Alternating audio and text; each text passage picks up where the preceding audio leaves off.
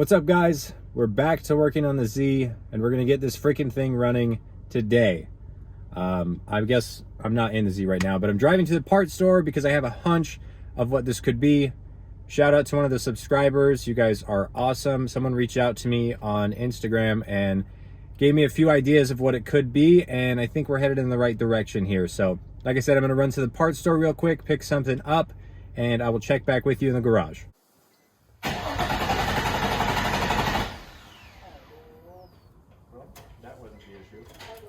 Okay, well, plan A didn't work. That was me swapping out the cam angle sensor or cam position sensor. That was the first code that I got, that P0021, I think it was, for bank 2 cam position something or another.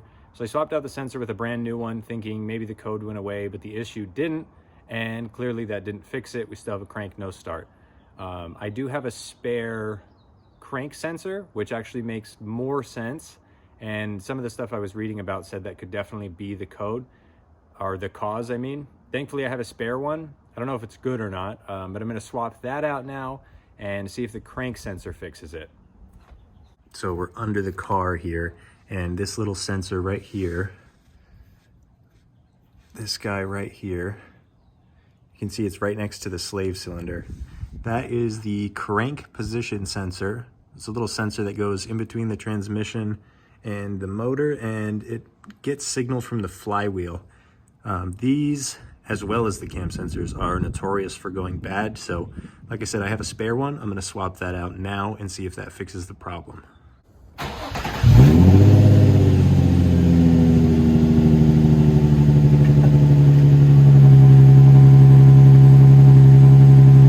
Okay, now I'm just really confused. After that clip of it starting up and seeming perfectly fine, turn the car off, move some things around. I went to start the car up again to drive it out of the garage so I can clean the garage up and scoot it over. And now, same issue, crank no start.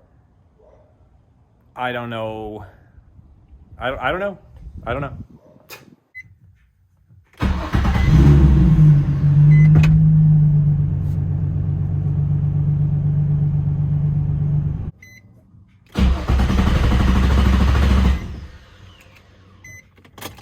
So those two clips, the one of it starting and then the one of it cranking, were like 10 seconds apart.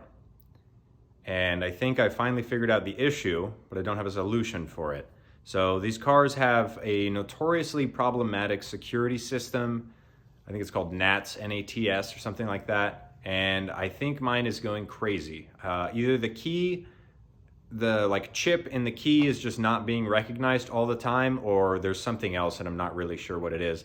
But the security light on the dash, if you put the key in the on position, is illuminated red, solid red. And whenever it's like that, it won't start. How I got it to start was I unplugged the ECU, left it unplugged for a little while, and I think that kind of cleared everything, and then it fired right up. So I ran it, drove it around, came back, parked it, turned it off, turned it back on, it was fine, turned it off, turned it back on, it was fine again. And then the third time I turned it off and it wouldn't turn back on.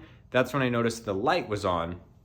So it's definitely something with the security system. I don't know if there's like a limit to how many times you can turn the car on and off, or if it's just an intermittent issue and the chip is going bad or the key's going bad. I don't really know. All this computer stuff kind of goes over my head, and I'm not really sure what to do at this point. Yeah, so I've got a bit of research to do, I've got a bit of digging to do.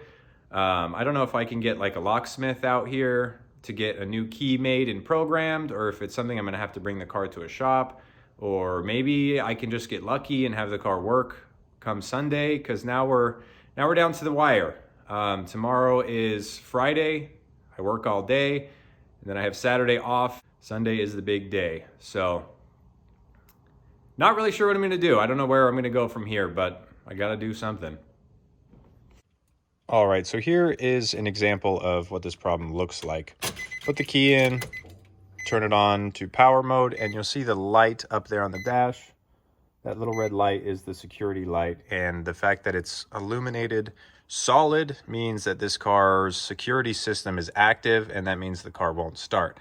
So that seems to be the issue.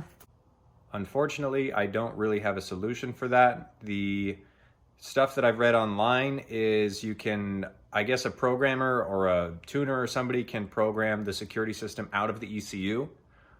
Not going to have time to do that before Sunday. I can get lucky or just keep resetting the battery and the ECU or a combination of the two. And it seems to start 2 or 3 times.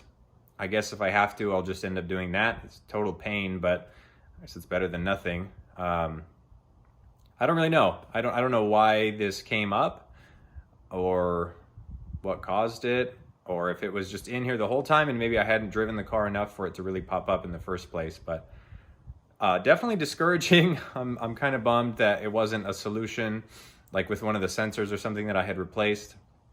So gonna have to kind of either cross my fingers and hope that I can get by on Sunday just with, like I said, unplugging the battery or the ECU or something every now and then.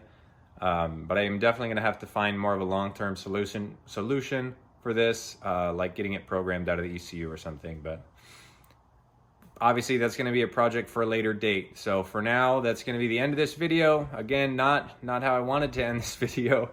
I was really hoping to find a solution, but at least I found the cause of the problem. No longer just kind of shooting in the dark here.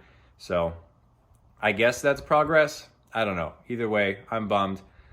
Give this video a thumbs up if you think we'll do okay Sunday. I guess we'll find out. I'll catch you guys then. See ya.